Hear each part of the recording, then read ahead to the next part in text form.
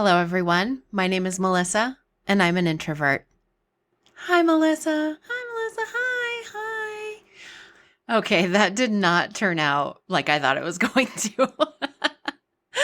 Welcome to another episode of the Powerful Women Rising podcast. I am your host, Melissa Snow.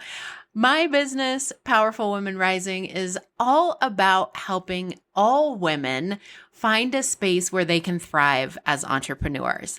I am so passionate about this topic and how it relates to today's podcast episode because I spent so much of my life as an entrepreneur, really my life as a human, trying to fit my square peg into a round hole, trying to be like everyone else, trying to figure out what was wrong with me. Why was I so different? Why was I so strange? Why were some things so easy for some people, but not for me? And why did I think the way that I did? Why did I act the way that I did? And when I became an entrepreneur, I feel like the pressure was even greater because there are all these messages out there about how to do it right. You know, there's all these messages out there about what a successful entrepreneur looks like and what time she gets up in the morning and how put together she is and how organized she is. And she time blocks and she plans her day and she meal preps. And I'm not any of those things, y'all. I'm not any of those things. In fact, I am neurodivergent in multiple ways. I know that now at age 42. Thank you very much. I am not a morning person. I hate mornings. I have become more of a morning person since getting a puppy because I have no freaking choice, but I'm not thrilled about being up in the morning. I have never been one of those like go-getters, have to be the best in the class, have to win the race kind of personalities. I've always been way more of a like march to the beat of your own drum, head in the clouds, daydreaming, what would be fun to do today kind of people. And so I'm here to tell you that if you are more like me, or if you are more like the other person I described, either way, you can be successful as an entrepreneur and you can grow your business through networking. So that's one of the reasons I wanted to talk about this topic today is because I hear so many times people say that the reason that they don't network is because they are introverts and that networking and making connections and building your business through relationships only works if you are this outgoing, loud, energetic, charismatic personality. And that's just simply not true. So that's what we're going to talk about today. We're going to talk about being an introvert and still being successful at networking without trying to force yourself to do it in a way that doesn't feel good and doesn't feel in alignment with who you are. And although we're talking specifically about introverts today, a lot of the things that we're going to talk about also apply to a lot of other areas. These can apply to people who are shy. This can apply to people who have anxiety. This can apply to people who struggle with depression or other mental illnesses, or even people who are neurodivergent in some way. If you feel like there is something different about you than all the other quote unquote successful people, or you feel like there is something about your personality that keeps you from being successful as an entrepreneur or being successful at networking, then this episode is for you. So let's dive in first and get real clear on what it means to be an introvert, because there are a lot of common misconceptions about this. A lot of people, when I say I'm an introvert, are like, no, there's no way. Because I'm not shy. I'm not that quiet. I'm sometimes antisocial, but not always. And so people sometimes are like, there's no way that you're an introvert. I am an introvert. And so I want to dispel that myth that being an introvert is the same as being shy or the same as being anxious or the same as being quiet. A lot of times those things overlap, but they're not necessarily synonymous with each other. So here are some typical characteristics of introverts so you can see if any of these relate to you. The first is they are introspective and they enjoy spending time alone. So The word introvert versus the word extrovert means I spend my time looking inward, right? I like to spend my time internally thinking about my own thoughts, thinking about my own self, not in like a self-centered way, but in an introspective way, versus focusing a lot on the external as an extrovert would. They thrive in environments that allow for deep, meaningful connections. Introverts often struggle with small talk and surface level conversations. They either don't know how to do it or they just don't like it. They're like, let's get past this and get to the real stuff. They are more comfortable interacting with small groups or just a couple people rather than in large groups. They often prefer to fly under the radar or blend in with the crowd rather than be in the spotlight. And introverts often find large social gatherings draining rather than energizing. They need time to recharge their batteries after being social through quiet, solitary activities. So for me, that's one of the biggest distinguishers is it's like if you go do some social thing in a larger group, right? Not like having coffee with a couple people, but like happy hour with 20 people or a networking event with 30 people, most of whom you don't know. Afterwards, are you energized or are you drained? Introverts tend to feel drained. Now, we can go into this even deeper because there is a psychologist who studied, well, multiple psychologists who studied introversion kind of as a blanket term, but broke it down into 4 different types of introverts. So that would be social introverts, thinking introverts, anxious introverts, and restrained introverts. So a social introvert is somebody who isn't necessarily shy, but they prioritize their alone time over social interactions. And when they do have social interactions, they prefer to do it in small groups or one-on-one with people. They prefer to do it in a more quiet setting as opposed to having a happy hour with a big group of people or something like that. The next type is the thinking introvert. So the thinking introvert is often called a daydreamer. These are people who spend a lot of their time in their thoughts and tend to have more creative imaginations. They love coming up with new ideas, creating new things, telling stories to the extent that it dominates a lot of their mental space. They are highly introspective, which means they often come across as aloof or unfriendly or cold when really they're just processing situations internally and are not quick to react. Thinking introverts are also the ones that tend to recharge themselves by using alone time, and they spend that time self-reflecting and exploring their own ideas in their head. The next type of introvert they called an anxious introvert. So this is someone who seeks alone time because they often feel awkward or shy around people. They can feel genuinely unsettled in social gatherings and even when they're alone sometimes. Sometimes they're described as being reserved, but a lot of times they're just avoiding people or specific settings that make their anxiety worse. And sometimes that comes across as avoidant or rude or defensive, but really they're just trying to protect themselves. It doesn't mean that they don't like people. It doesn't mean that they don't like friends, that they don't want the same connection that all of us want, but they are aware of their comfort zones and they don't like their boundaries and their bubbles to be crossed. And then the fourth type of introvert that they identified was the restrained introvert. So these people tend to be more on the reserved side. They like to think before they act. They like to weigh all their options before making a decision. They're not likely to make a big decision on a whim. They are not likely to be spontaneous. They need time to think and to process and to make decisions. A lot of times they are not super in touch with their emotions because that's how they restrain themselves. That's how they hold themselves in and guard themselves. But once you get to know them, they are much more happy to open up to you. They just kind of come across as highly guarded at first.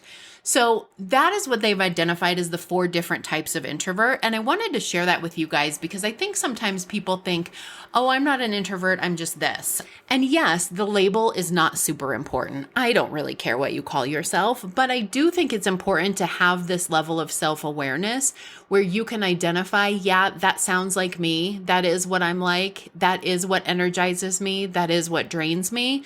Because having that awareness about yourself is what is going to help you create a plan for networking, for marketing, for sales, and for growing your business in a way that feels good to you and is therefore sustainable for you, rather than trying to do it like everyone else and burning out super quickly. And the other thing that's important to note is that your level of introversion can change over time, and it can also change depending on the setting that you're in. So you may have been more introverted in your younger years. You may have been less introverted in your younger years. And you may also find yourself being more of an introvert in certain situations and less of an introvert in others. Like for me, when I am in a group that I am leading, where I know everyone, I have relationships with everyone, I'm much less introverted.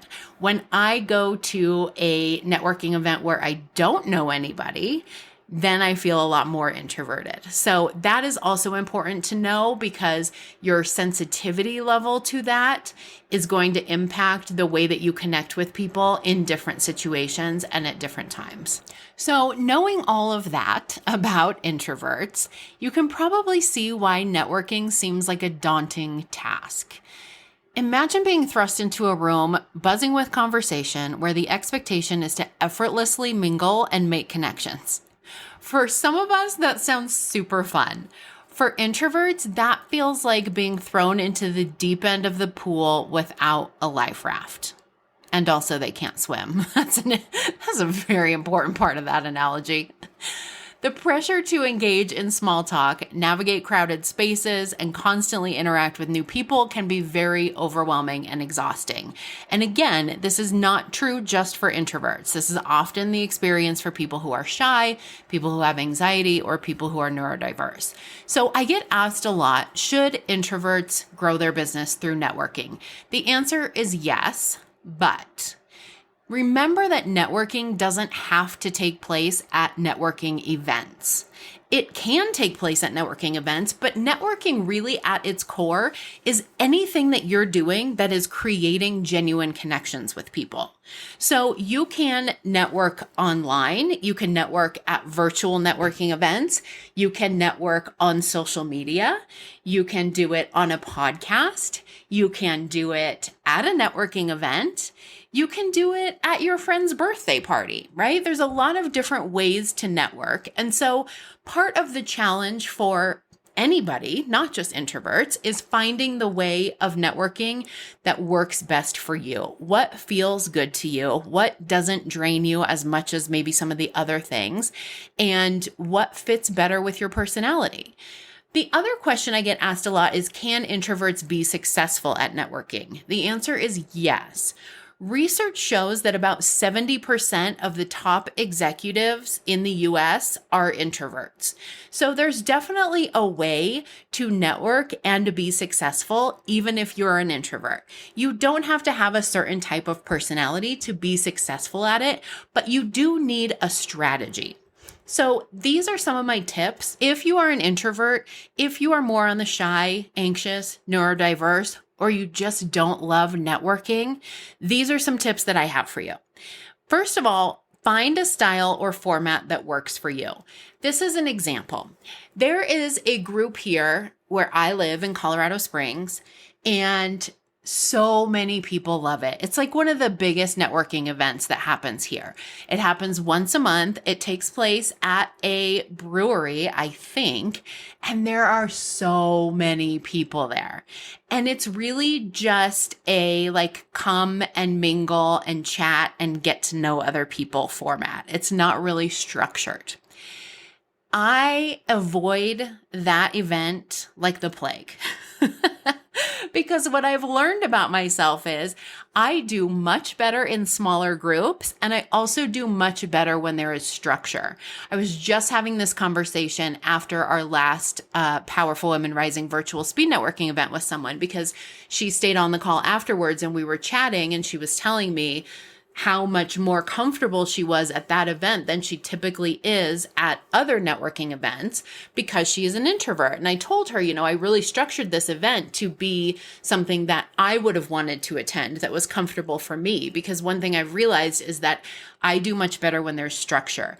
I am much more comfortable when you say, you 4 people sit together at this table and talk about this topic.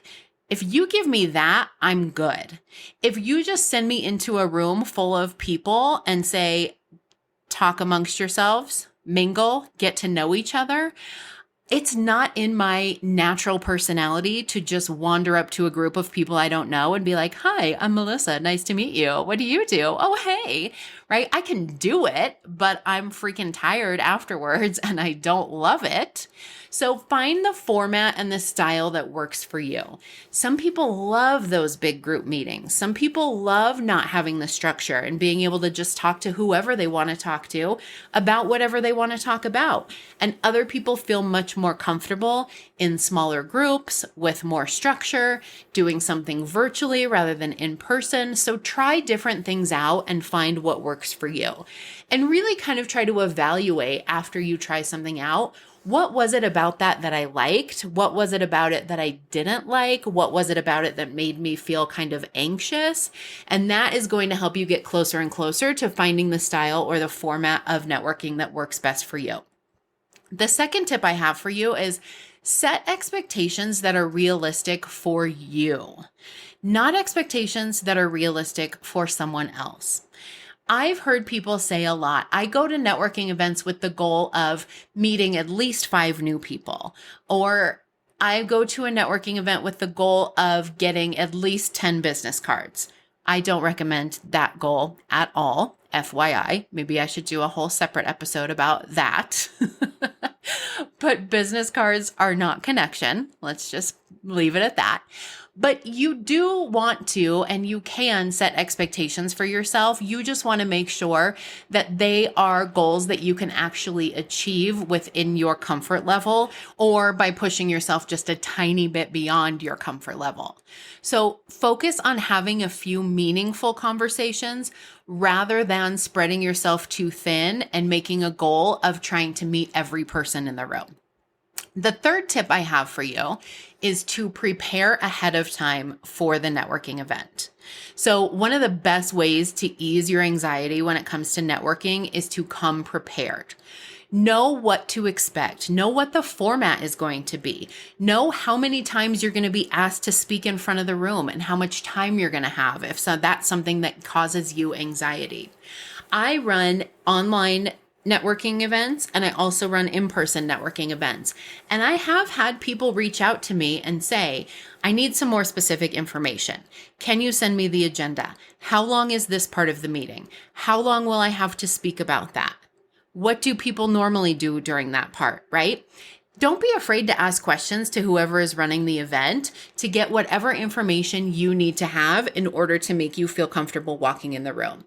I've also had someone reach out to me in advance of an in-person networking event and say, hey, I know you're the organizer of this. I have super extreme anxiety and I am so nervous about this, and I just wanted you to know. And I loved that. I reached out to her and before the event and I said, listen, I totally get it. Super proud of you for putting yourself out there and coming to this thing anyway.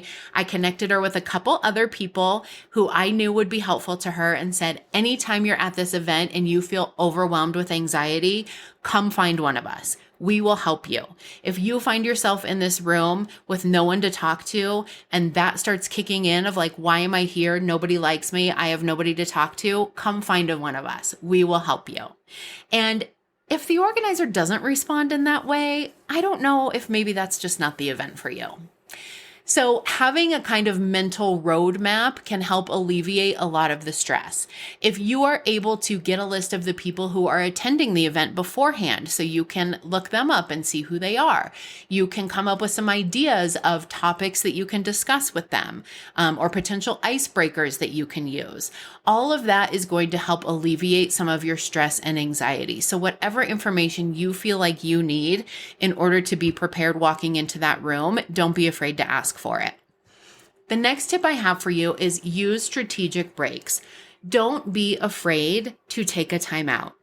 Whether you have to go into the bathroom and take some deep breaths in the stall, or you step outside for a little bit or into the lobby, if you're feeling overwhelmed at a networking event, it is okay to take a step back and recharge your battery. Look for a quiet corner or an outdoor space where you can just stop and catch your breath and regroup before diving back in. I went to a convention a couple years ago for one of the networking groups that I'm in, and it was people from chapters of this group from all over the world come together for this thing. And it's super fun, but it is a lot of peopling. And the first time I went, there was a Facebook group of attendees to get to know each other before the event and connect with each other and stuff. And I just stumbled upon a thread that somebody had posted that was like, this will be my first year attending. I'm a total introvert. I'm freaking out about this. Am I actually going to have fun, or is this going to be my worst nightmare? And several people chimed in and were like, oh my gosh, I'm feeling the same way. Or I'm an introvert too, and I've been to this event, and here's some tips that I have. So there were about 5 or 6 of us that ended up connecting in a group chat prior to the event. And there was one night that we were all having a lot of anxiety about, because it's this party and people dress in costumes and outfits, and there's music and there's pictures and there's dancing and there's all the things. And so we started this group chat before the event. And then at the event, in the middle of that party, somebody reached out on the group chat and was like, hey, you guys want to have an introvert meeting in the lobby? And all of us were like, oh my gosh, thank God. So we all left the party. We went and had a little introvert meeting in the lobby, which really was us just like not talking. But it was a chance for all of us to just kind of take a break and like be comfortable, be with people that we didn't feel like pressured to have conversation with. We didn't feel pressured to be like having fun and dancing and doing all the things, right? And so it just allowed us to kind of have a breath of fresh air before going back in. And along those same lines, my 5th and final tip is find a friend. Don't be afraid to enlist the support of a trusted friend or colleague as your networking wing person. Sometimes it's helpful to have another person who is an introvert who gets it. And sometimes it's helpful to go with another person who is more extroverted. I have a friend who's like that, and I call her my fishing pole, because sometimes we will go to networking events and she will go out and she will talk to all of the people, and she will find the people that she thinks I need to talk to, and then she'll bring them back to me. And she is like not a weirdo about it. She's just like, hey, this is so-and-so. I met her. I was telling her you do this thing. I thought you guys would be great to chat with. Okay, bye-bye. And she'll go talk to somebody else, right? Having somebody like that is also super helpful.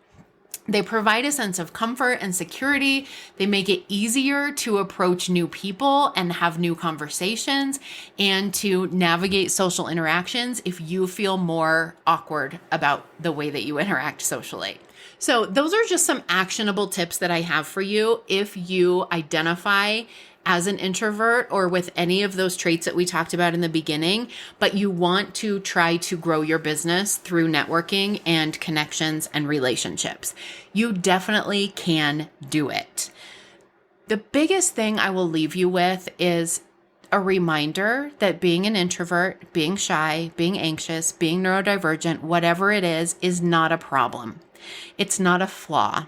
It's actually a unique strength that you can harness to forge meaningful connections and success in your business, as long as you have a strategy to be in the right places and do it in a way that feels good to you.